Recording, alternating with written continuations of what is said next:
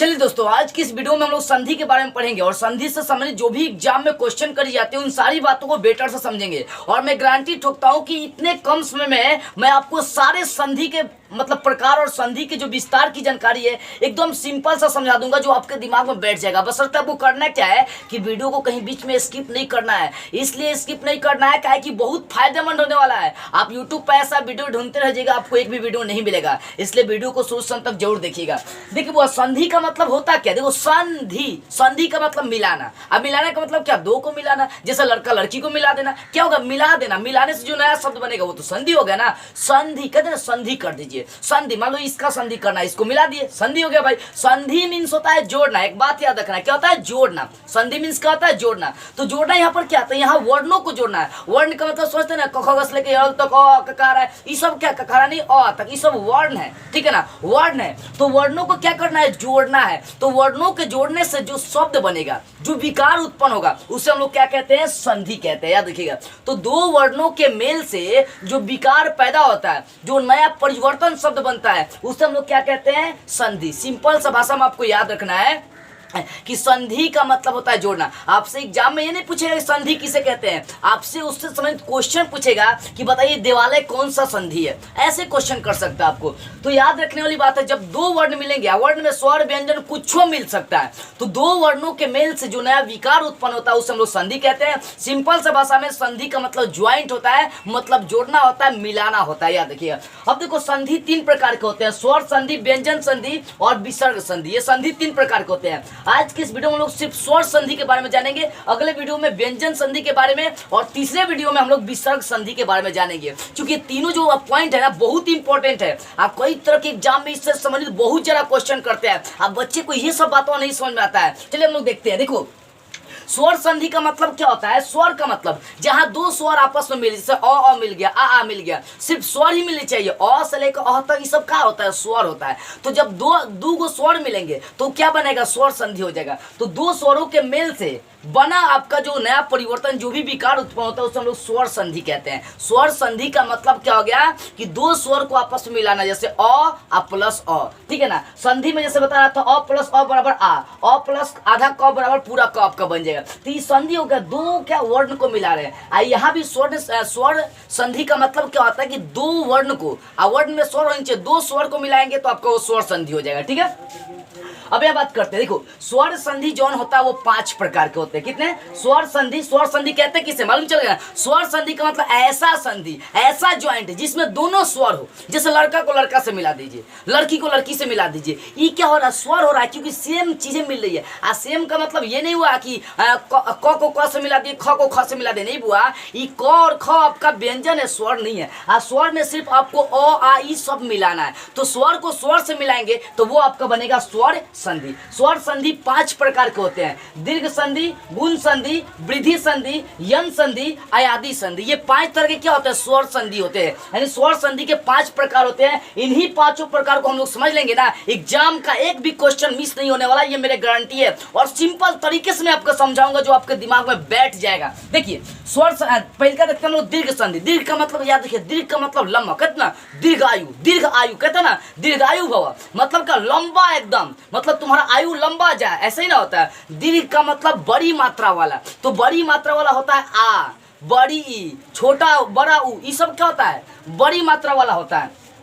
तो दीर्घ संधि में आपका क्या क्या आएगा, आ आएगा, बड़ी ई आएगा, बड़ा उ आएगा, ये सब आपका चीज आएगा। याद रखिएगा, जो भी आपके पास शब्द दिया है उस शब्द में आपको आ ढूंढना है, आपको बड़ी ई ढूंढना है, बड़ा उ ढूंढना है। यदि ये तीनों मात्रा मिल जाते हैं तो आंख मूंद कर बोलेंगे कि वो दीर्घ संधि है। कौन सा संधि है, दीर्घ संधि है। अब देखिए जैसे एग्जाम्पल में समझते हैं, स्वार्थी। देखो यहाँ पर ना स्वा वाह आ रहा है ना, स्वार्थी, तो यहाँ पर आ जा रहा है। जैसे महात्मा, तो महा हाँ में नहीं आ रहा, तो जहां पर आ जाए, देखो देवालय, रेखांकित, दिशांतर, ये जो ऊपर वाला लाइन लिखा गया इसमें सिर्फ आ छुपल है। इसका मतलब ये सब स्वार्थी, महात्मा, देवालय, रेखांकित, दिशांतर, ये सब क्या है, ये सब दीर्घ संधि है। जैसे अगला लाइन देखते हैं, अत्यु, अत्यु इसमें दीर्घिकार है, इसका मतलब ही बड़ी ही हो गया है। गिरीश, परीक्षा, योगीश्वर, जानकी, ये सब क्या है, इस सब में बड़ी ही छुपल है। इसका मतलब है कि ये कौन सा संधि है, दीर्घ संधि है, ठीक है ना। तो देखो, और जैसे मान लो कि मैं यहाँ पर लिख दिया रविंद्र,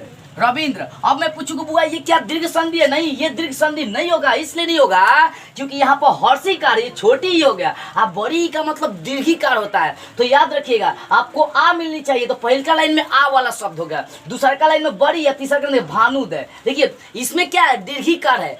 क्या है दीर्घी का मतलब क्या है ना, ये आपका बार्जुन है, टारकुन नहीं है। अगर सोचो भानुदय लिखल गया, यहाँ पर फोकस करिए, भानुदय ऐसा लिखते हैं तो ये गलत हो जाएगा। क्यों? क्योंकि छोटा टारकुन हो गया ना, बड़ा भी होता है ना। तो यहाँ पर ध्यान देने वाली बात यही है, ठीक है ना। तो भानुदय देखिए इसमें क्या है, आपका बड़ा हुआ है, इसमें भी बड़ा हुआ, सूर्य में भी, वधुकार में भी, सूर्यास्त में भी, भूष्मा में भी, ये सब में क्या है, बड़ा हुआ है। तो याद देखिए बड़ा आ, बड़ा ई और बड़ा ऊ आनी चाहिए, ठीक है ना। तो शब्द के उच्चारण से आपको पता करना, आपसे एग्जाम में पूछेगा कि स्वार्थी कौन सा संधि है। तो याद देखिए स्वार्थी क्या है, स्वर संधि है। और स्वर संधि में कौन सा है, तो दीर्घ संधि है। दीर्घ का मतलब होता है लंबा, बड़का। अब जौन बड़ी मात्रा वाला होता है वो सब होता है आ, बड़ी ई और बड़ा ऊ होता है। तो ई जौन तीन गो चीज बीच में अगर मिल जाएगा ना, याद रखिएगा उच्चारण में मिल जाए तो वो होता है दीर्घ संधि, ठीक है ना। अब देखो अगला होता है वृद्धि संधि। अब वृद्धि संधि पहचानने के एकदम सटीक तरीका क्या होता है, तो उसके शब्द के बीच में ए और औ आनी चाहिए। क्या आनी चाहिए, ए और औ आनी चाहिए। जैसे एग्जाम्पल में समझते हैं, यहाँ पर दूसरा ने वृद्धि संधि, तीसरा का हम लोग दूसरा का इधर देखते हैं गुण संधि समझते हैं पहले, उसके बाद तीसरा का लाइन बाय लाइन समझेंगे ना तो आपके लिए फायदेमंद होगा। और डायरेक्ट यहाँ से तीन को सीढ़ी लांग देंगे तो बीच में गिर के मर जाएगा।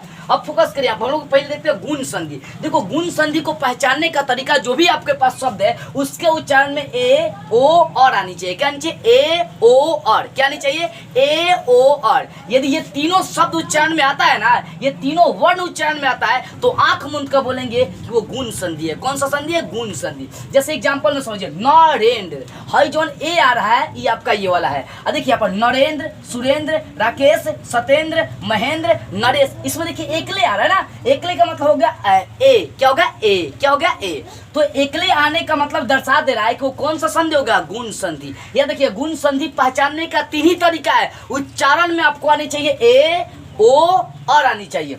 दूसरा देखिए वीरोचित, महोदय, हितोपदेश, महोत्सव, परोपकार, इसमें देखिए ओ आ रहा है, वीरो, महो, हितो, महो, परोप आ रहा है ना। इन सभी शब्दों के बीच में ओ आ रहा है, तो जिसमें ए आएगा ओ आएगा। और जैसे अंत में देखिए सप्तर्षि, इसमें सप्तर्षि, सप्तर्षि और आ रहा है ना, आ रहा है। देखो राजर्षि आ रहा है ना, देवर्षि आ रहा है ना, ब्रह्मर्षि, महर्षि, तो इस सब में और भी आ रहा है। देखो सप्तर्षि, सप्तर और है ना। तो जावना शब्द के उच्चारण में याद रखिएगा ए ओ और आएगा, ए ओ और, ये तीनों आ जाएगा ना, आंख मूंद कर बोल दीजिएगा कि वो गुण संधि है। कौन सा संधि है, गुण संधि है। यही बात आपको याद रखना है। सिर्फ आपको शब्द देखकर पहचान लेना होगा कि वो गुण संधि है, बस शर्त आपको ध्यान रखना है। अब देखो तीसरा का हम लोग देखते हैं, तीसरा का वृद्धि संधि। देखो वृद्धि में आपको क्या है, पहचानने का तरीका सिंपल सा है। आपको ए और क्या आनी चाहिए, ओ आनी चाहिए। इसमें था ए लेकिन इसमें आपको ए क्या है,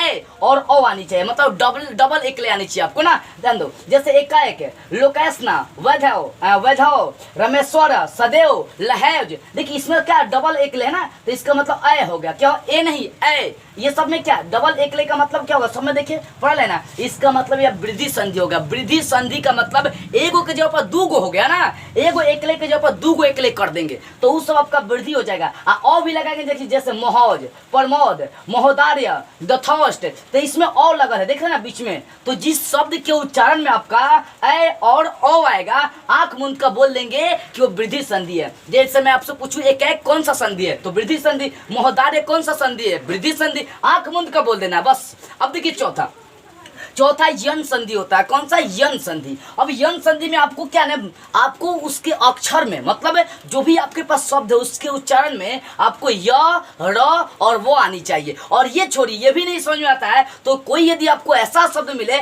जिसमें आधा अधूरा शब्द आपको मिले, आधा अधूरा का मतलब आधा, जैसे अत्यधिक, तो इसमें तो क्या है, आधा है ना, है कि नहीं। फोकस करिए यहाँ पर। यन संधि में क्या होता है, आपको य र वो आनी चाहिए। यदि बीच में य र वो है तो आंख आंख मूंद कर बोल सकते हैं कि यन संधि है। यदि वैसे भी आपको नहीं समझ में आ रही है तो कोई ना कोई शब्द अधूरा रहनी चाहिए। जैसे देखिए अत्यधिक, इसमें त अधूरा है, यद्यपि इसमें द अधूरा है, इत्यादि इसमें त अधूरा है, अत्याचार इसमें आधा त अधूरा है, इसमें संख्यागमन इसमें आधा ख अधूरा है, इसमें मध्यावाल इसमें आधा इसमें ध अधूरा है, इसमें न अधूरा है, इसमें ध इसमें आधा स अधूरा है, इसमें न अधूरा है। तो जिसमें कुछ ना कुछ शब्द अधूरा होगा ना, आंख मूंद कर उसको बोलेंगे यन संधि।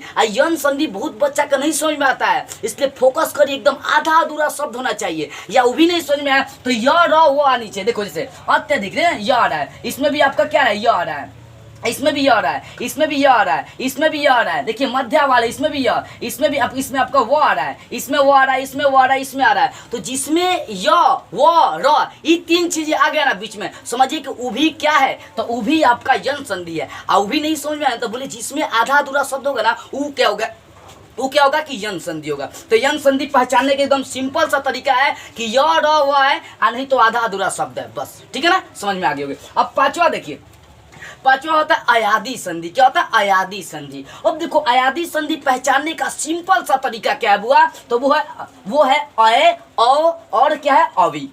मतलब देखो अय औ और अवि से संबंधित जितना शब्द आ जाए, जैसे अय है तो इसमें हर्षी का दीर्घिकार भी हो सकता है, अय औ है तो इसमें हर्षी का दीर्घिकार, इसमें तारकुन भी लग सकता है, अवि है। ये तीन गो शब्द जिसके बीच में आ गया ना, आंख मूंद कर बोल दीजिएगा कि वो अयादी संधि है। ये पहचानने का एकदम सिंपल सा तरीका, इतना सिंपल तरीका मतलब आपको कहीं नहीं मिल सकता है। ध्यान दीजिए, देखो जैसे नयन देखते हैं, नयन इसमें नयन यहाँ पर अ छुपा है, नयन में अय आ जा रहा है। देखिए शयन में आपका अय आ रहा है, गायक में आपका क्या आ रहा है, आय आ रहा है, नायिका में आपका क्या आ रहा है, अई आ रहा है, अई बता ना। इसमें हर्षी का दीर्घिकार भी लगा सकते हैं। हमें तीनों चीज जौन में आ जाएगा ना, आंख मूंद कर बोल दीजिएगा कि वो अयादी संधि है। ठीक है, जैसे देखिए पावक, जैसे पावन, पावन में आपका क्या रहा है, औ आ रहा है। भाविनी में आपका क्या रहा है, आवी आ रहा है। जैसे भावुक में क्या रहा है, आऊ आ रहा है। तो ये पता नहीं थे औ है तो इसमें तारकुन बारकुन कुछ लगा सकते हैं आप। जैसे गायिका में आपका क्या रहा है, आई आ रहा है, क्योंकि आ छुपल है यहाँ पर, आई आ रहा है। ठीक है ना। जैसे श्रवण में आपका क्या रहा है, औ आ रहा है। गायन में आपका क्या रहा है, आय आ रहा है। और लायन में आपका क्या रहा है, आय आ रहा है। तो जावना शब्द के उच्चारण में याद रखिएगा अय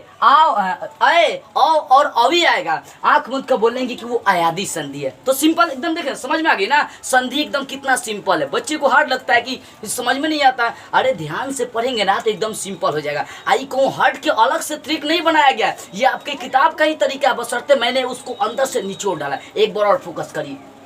संधि का मतलब क्या होता है, जोड़ना। ठीक है ना, दो वर्णों को जोड़ देंगे संधि कहलाएगा। संधि कितने प्रकार, तीन प्रकार के, स्वर, व्यंजन और विसर्ग। अभी हम लोग स्वर के बारे में पढ़ेंगे। स्वर का मतलब जब दो स्वर को मिलाएंगे तो स्वर संधि हो जाएगा। स्वर संधि 5 प्रकार के, दीर्घ स्वर संधि, गुण स्वर संधि, वृद्धि स्वर संधि, यन स्वर संधि और अयादी स्वर संधि। अब देखो दीर्घ स्वर संधि का मतलब क्या होता है, जिसमें बड़ी मात्रा आवे, जैसे देवाल है, अत्यु, भानुद है, जिसमें बड़ी मात्रा आ रही है। इस सब में बड़ी मात्रा आ रहा है, आ, बड़ी, बड़ी, बड़ाऊ, इस सब में बड़ी मात्रा आता है। इसका मतलब ही कौन सा, दीर्घ स्वर संधि है। और दूसरा होता है गुण स्वर संधि। गुण स्वर संधि में क्या आएगा, ए, ओ और आएगा। जैसे देखिए नरेंद्र, विरोचित, सप्तर्षि, इन तीनों वर्डों में आपका ए, ओ, और आ रहा है। तो जिसमें ए, ओ और आएगा, आंख मूंद कर बोलेंगे कि वो गुण संधि है। और तीसरा का होता है आपका कौन सा, वृद्धि संधि। वृद्धि संधि में ए और औ आनी चाहिए। क्या आनी चाहिए, ए और आनी चाहिए। जैसे देखिए एक लोकस ना चाहे मौज, इन सभी शब्दों में ए और आ रहा है, ए और ओ आ रहा है। ठीक है ना। तो जिसमें ये दोनों चीज आएंगे ना, आंख मूंद कर बोलेंगे वो शब्द कौन सा है, वृद्धि संधि है।